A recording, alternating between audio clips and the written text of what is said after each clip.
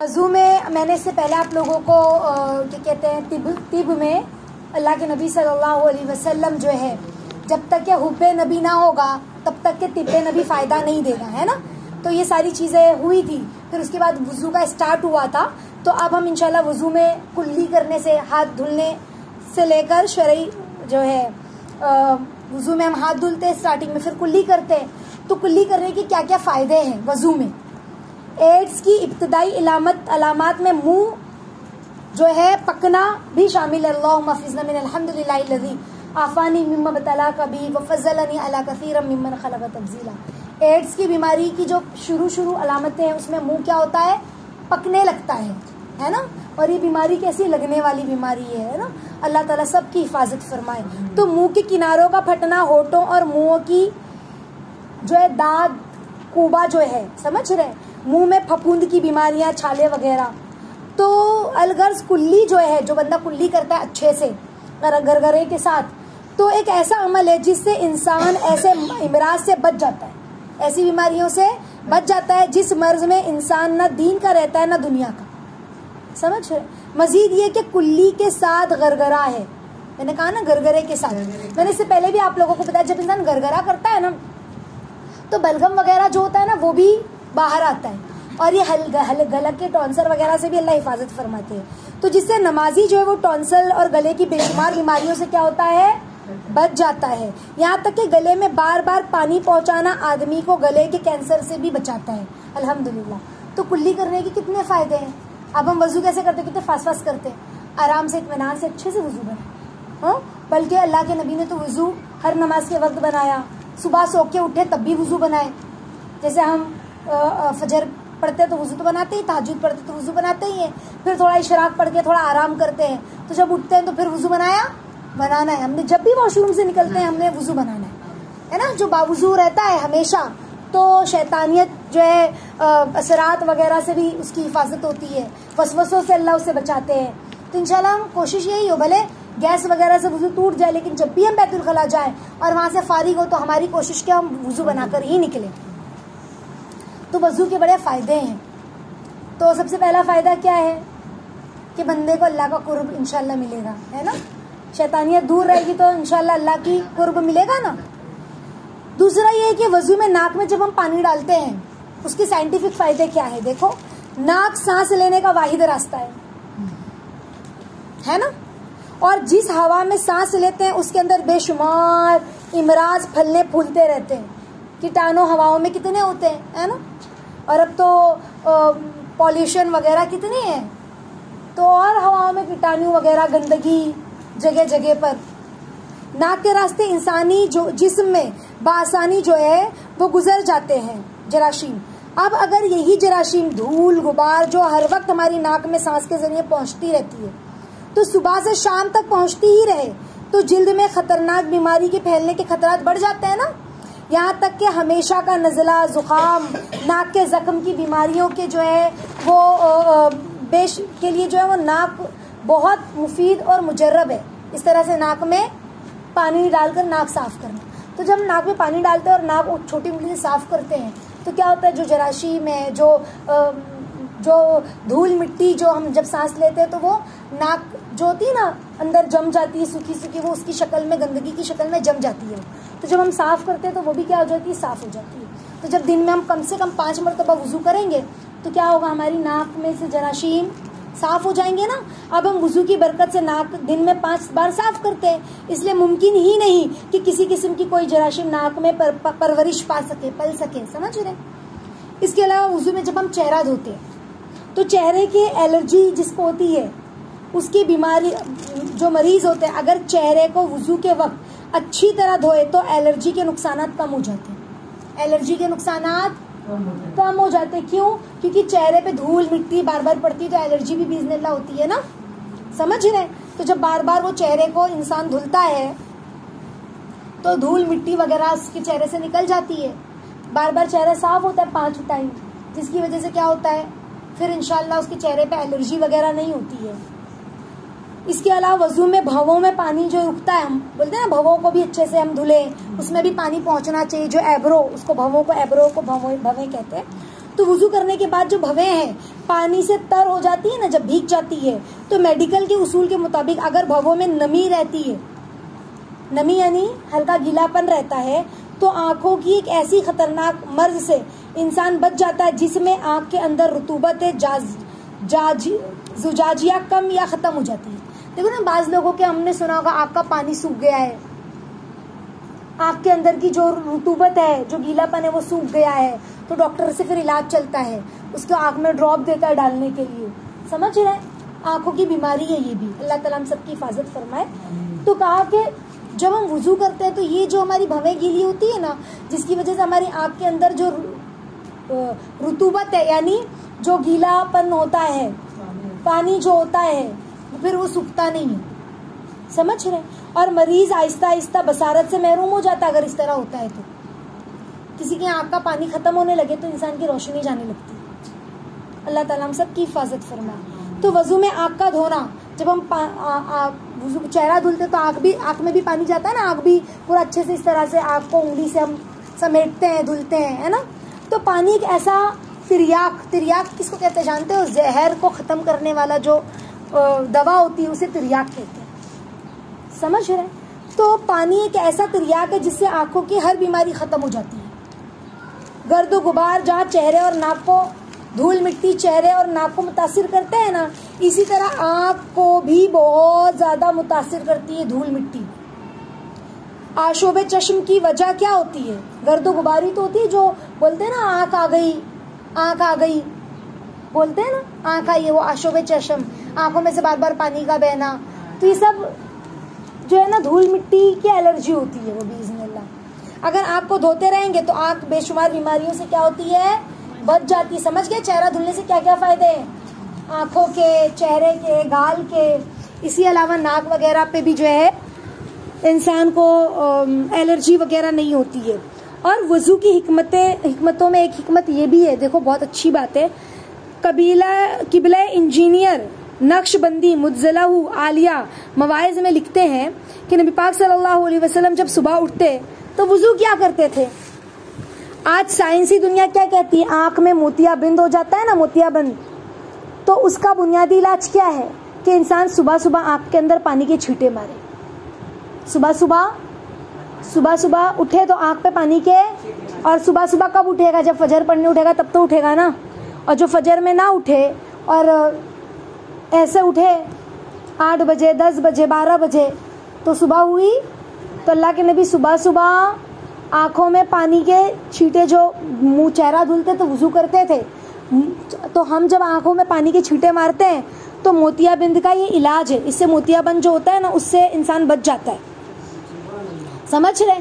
जो आदमी तहज्जुद के लिए उठेगा तो वजू करेगा, जाहिर सी बात है तहज्जुद में उठेगा, फिर फजर के लिए वजू करेगा, तो उसकी आंखों की मर्ज जो है ना वो दूर हो जाएंगे। जो भी आंखों की बीमारियां होती है, मोतियाबिंद है या आंख आती है, आशोबे चश्मे है, पानी का बार बार बहना वगैरह, है ना।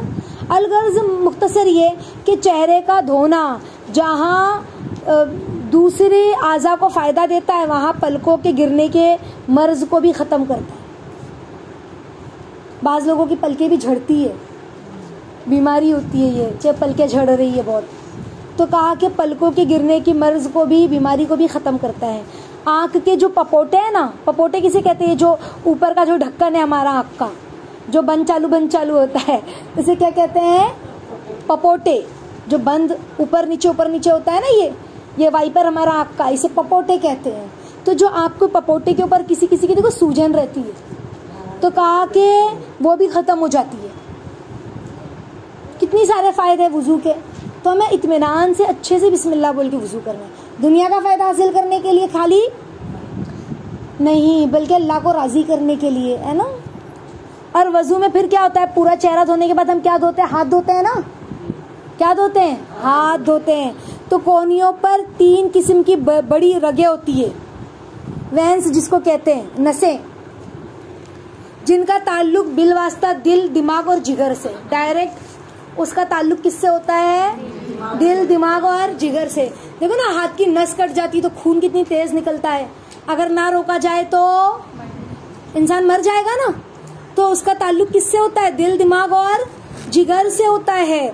जब हम कोहनी तक हाथ धोते हैं, कोहनी यानी ये जो कोहनी होती है ना, जो एल्बो है पूरा कोहनी, तो जब हम हाथ धोते हैं तो मस्कुरा बाला तीनों आज़ा को कुव्वत मिलती है। किस किस को? दिल, दिमाग और जिगर को। और वो इमराज जो है, जो बीमारियां हैं, उससे बंदा बच जाता है, महफूज हो जाता है, दिल, दिमाग और जिगर की बीमारियों से। तो इंशाल्लाह कोहनियों का जब हम हाथ में जब वुजू बनाए ना, तो सिर्फ ऐसे नल के नीचे पानी से नहीं खोलना है, बल्कि एक हाथ को दूसरे हाथ पे अच्छे से मलना भी है, ताकि अच्छे से पूरा पानी पहुंच जाए नसों में, रगों में, उसके जो खुलियात हैं, जो बारीक बारीक सुराख है, उसमें अच्छे से पानी लगे। आगे देखें, इसी तरह जब हम अब दोनों हाथ कोहनियों से धुल लिया, तो अब क्या धुलना है? चेहरा धुलना है। क्या धुलते हैं? सॉरी, मसा करते हैं। क्या करते हैं? चौथाई सर का मसा है ना, फर्ज है, और पूरे सर का सुन्नत है। तो वजू कैसा करना है? सिर्फ आसपास वजू नहीं करना, बल्कि अच्छे से अपने चेहरों पर हाथ फेरना है। जब हाथ धुले तो अपनी दोनों हाथों को कोहनियों तक, एक हाथ को दूसरे हाथ पर अच्छे से हाथ फिराना है, समझ रहे हैं? रब करना है। आगे देखें, वजू जो है, किबला इंजीनियर नक्शबंदी मुज्जला आलिया के मवाइज से एक वाकया और भी आता है कि वो कहते हैं कि मैं फ्रांस गया और वहां वजू कर रहा था, तो कहा कि मेरे इस अमल को एक डॉक्टर बगौर देख रहा था, वजू के मेरे अमल को। और बाद में वजू करने के बाद वो मुझसे मुखातिब हुआ और कहने लगा, मुझसे पूछने लगा कि ये मेंटल यानी दिमागी इमराज के लिए जो अस्पताल है ना, उसमें सर्जन हूं मैं, और सोचता रहता हूं कि तहकीक करता रहता हूं कि लोग पागल क्यों होते हैं। मैं ये बात सोचता रहता हूं। फिर कहने लगे कि मेरी तहकीक ये है कि इंसान के दिमाग से सिग्नल जो है वो पूरे जिस्म में जाता है, और हमारे जिस्म के आज़ा काम करते हैं, फिर समझ रहे।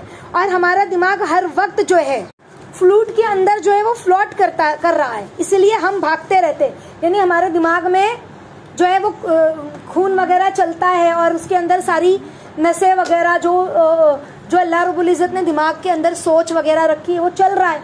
हमारा दिमाग काम कर रहा है, तो फिर हमारा हाथ पैर काम कर रहा है, उस हिसाब से हम काम करते हैं, है ना। कूदते हैं, दौड़ते हैं, फिरते हैं, दिमाग को कुछ नहीं होता, काम दिमाग कर रहा है, हाथ पैर चल रहा है, दिमाग को कुछ हो रहा है? नहीं हो रहा है। अगर कोई, ये क्या लिखा, अगर वो रिजिड यानी, तो कहा कि अगर वो कोई रिजिड चीज होती, यानी ठोस चीज होती है ना, तो अब तक दिमाग टूट चुका होता, समझ रहे। अल्लाह ताला ने इसको क्या करा है, एक फ्लूइड अंदाज में रखा है, समझ रहे। तो इस दिमाग से चंद बारीक बारीक जो है वो नसें बनकर आ रही है, समझ रहे।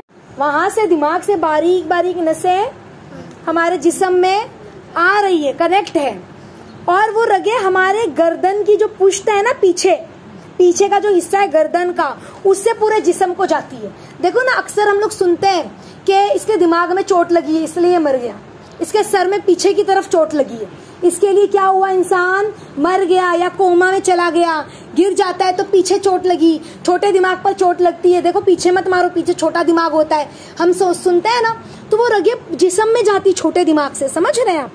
तो डॉक्टर कहने लगा कि मैंने जो रिसर्च की है ना, उन रगों के अंदर कई दफा जो है वो खुश्की पैदा हो जाती है, उन रगों के अंदर कई दफा खुश्की पैदा हो जाती है।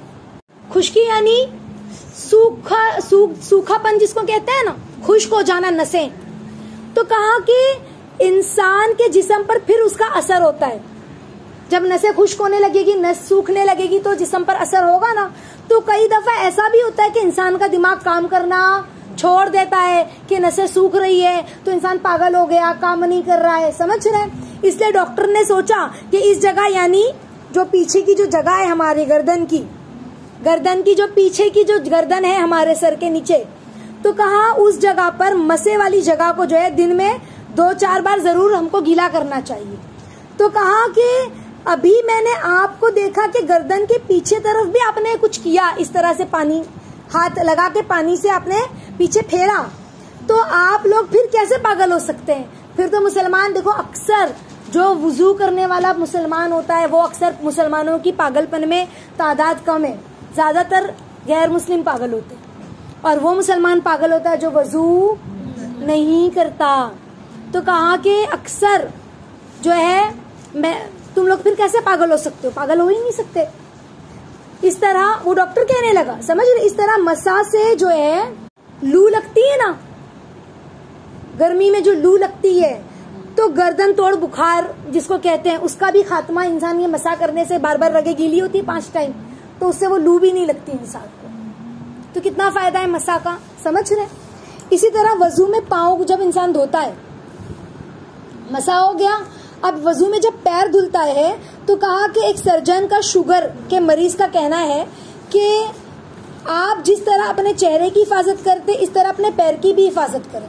अक्सर शुगर वालों को ऐसे डॉक्टर वगैरह कहते हैं कि अपने पैरों का बहुत ख्याल रखो, उसको धुलो अच्छे से, उसकी मालिश किया करो, उस पर तेल लगाया करो, उसकी रगों को खुश रहने मत दिया करो। जो शुगर के मरीज जो होते हैं ना, अक्सर आप इस तरह किया करो, लोग इस तरह कहते हैं। तो वही कहा कि आप जिस तरह अपने चेहरे की हिफाजत करते हैं ना, अपने चेहरे को बार बार धुलते हो, चेहरे पे कुछ लगने नहीं देते हो, तो इसी तरह पैर की भी हिफाजत करो, क्योंकि शुगर के मरीज को पाँव के इन्फेक्शन ज्यादा होते। हम सुनते हैं ना कि इन्फेक्शन हो गया पैर में, पैर काटना पड़ा, उंगली कटी, फिर पैर कटा, फिर पूरा पैर कटा। अल्लाह ताला हम सबकी हिफाजत फरमाए। तो इन्फेक्शन पैर में होने का ज्यादा खतरा होता है। अक्सर ठंडी के मौसम में, गर्मी के बहुत होती है, धूल मिट्टी से भी पैर फटने लगता है। तो शुगर जिसकी बीमारियां जिसको होती है ना, तो उसके लिए जो है ना घाव भरना बहुत मुश्किल हो जाता है। अक्सर के खून में शुगर होती है, अक्सर लोगों का घाव, शुगर के मरीज जो होता है ना, घाव भरता नहीं है जल्दी, समझ रहे। तो कहा कि इन्फेक्शन ज्यादा होता है शुगर के मरीज को। सबसे ज्यादा धूल मिट्टी और जराशीम से हमारे पैर आलूदा होते हैं ना, हम चलते हैं तो हमारे पैर में धूल मिट्टी लगती है। देखो, हम अगरचे हमारा घर बंद है, हमारा कमरा बंद है, लेकिन आप एक दिन झाड़ू मत लगाओ तो कैसे धूल धूल लगता है, पैर के अंदर कैसे पैर किरकिर करता है ना, समझ रहे, खस खस करता है, ऐसा लगता है नहीं झाड़ू लगा लो जल्दी से, है ना। तो पैर काले भी होते हैं, हालांकि हमारी खिड़कियां भी बंद है, लेकिन फिर भी पता नहीं कैसे वो धूल धूल लगती है, पैर में आलूदा होने लगता है, गंदा होने लगता है। सबसे पहले जो इन्फेक्शन शुरू होता है ना, वो पैर की उंगलियों के दरमियान से ही शुरू होता है। इसीलिए कहा ना, टॉयलेट में भी जाओ तो क्या करो, चप्पल पहन के जाओ, कहीं कोई जराशीम उंगलियों में न चिपक जाए। अब इस्लाम ने दिन में 5 दफा पैर धोने और उंगलियों के खिलाल का हुक्म दिया। कितनी दफा? 5 दफा। जब हम पैर धुलेंगे तो उंगलियों का खिलाल भी करेंगे ना, मैंने बताया था ना। खिलाल का मतलब क्या है? छोटी जो कानी उंगली है वो हम उंगलियों के बीच में इस तरह से घुमाएं ताकि उंगलियों के बीच में भी अच्छे से पानी पहुंच जाए, ताकि किसी भी किस्म का जराशीम जो अटका रहे वो खत्म हो जाए, अटका ना रहे पैर की उंगलियों के बीच में। और पैर को धोने की वजह से बेशुमार बीमारियों का खात्मा भी होता है, समझ रहे। जैसे डिप्रेशन है, बेचैनी है, बेसुकूनी है, दिमाग में खुश्की पैदा हो जाती है, नींद की कमी जैसी बीमारियां भी जो है खत्म होती है पैर धुलने से। इंशाल्लाह हम अच्छे से वुजू बनाएं, समझ रहे। और वुजू के बचे हुए पानी के बारे में तो आता है, हदीस में भी आता है ना कि वुजू का बचा हुआ पानी पीना शिफा है। इसके ज़िमन में जो है, इसी तरह जो है QMC के डॉक्टर फारूक अहमद ने जो है वो अपनी रिसर्च बयान की कि जो वजू का बचा हुआ पानी पिएगा ना, उसका असर जो है वो मंदरजा झेल आज़ा पर पड़ता है। यानी उसका पहला असर क्या होता है जानते हैं? वजू का बचा हुआ पानी पीने से। वजू का बचा हुआ पानी का मतलब क्या होता है? हमने एक बर्तन में पानी लिया और पहले हमने बर्तन को थोड़ा सा तिरछा किया और अपने हाथों को दोनों गट्टों तक धुला अच्छे से। फिर उसके बाद हम बर्तन को तिरछा कर करके पानी लें या फिर हाथ डाल के लें तो चलेगा, लेकिन तिरछा करके लें तो ज्यादा बेटर है ना। फिर हम पानी लेकर क्या करें? वुजू बनाएं। फिर उस बर्तन में और उस वुजू के बर्तन में हमारा वुजू जो करते हैं हम, तो उसका पानी का छींटा ना उड़े, इसका भी ख्याल हमें रखना चाहिए। तो हमें क्या करना है? इसीलिए टोटी वाला बर्तन होता है ना, टोटी वाला बर्तन, लोटा टाइप जिसको कहते हैं, कोई खुज्जा कहता है, कोई बदनी कहता है, समझ रहे हैं, जग वगैरह। तो टोटी वाला जो बर्तन है, उस बर्तन को हमें वुजू के वक्त में क्या करना है? इस्तेमाल करना है, ताकि क्या हो, आसानी से अच्छे से वुजू हो सके और छींटे भी ना उड़ सके, है ना।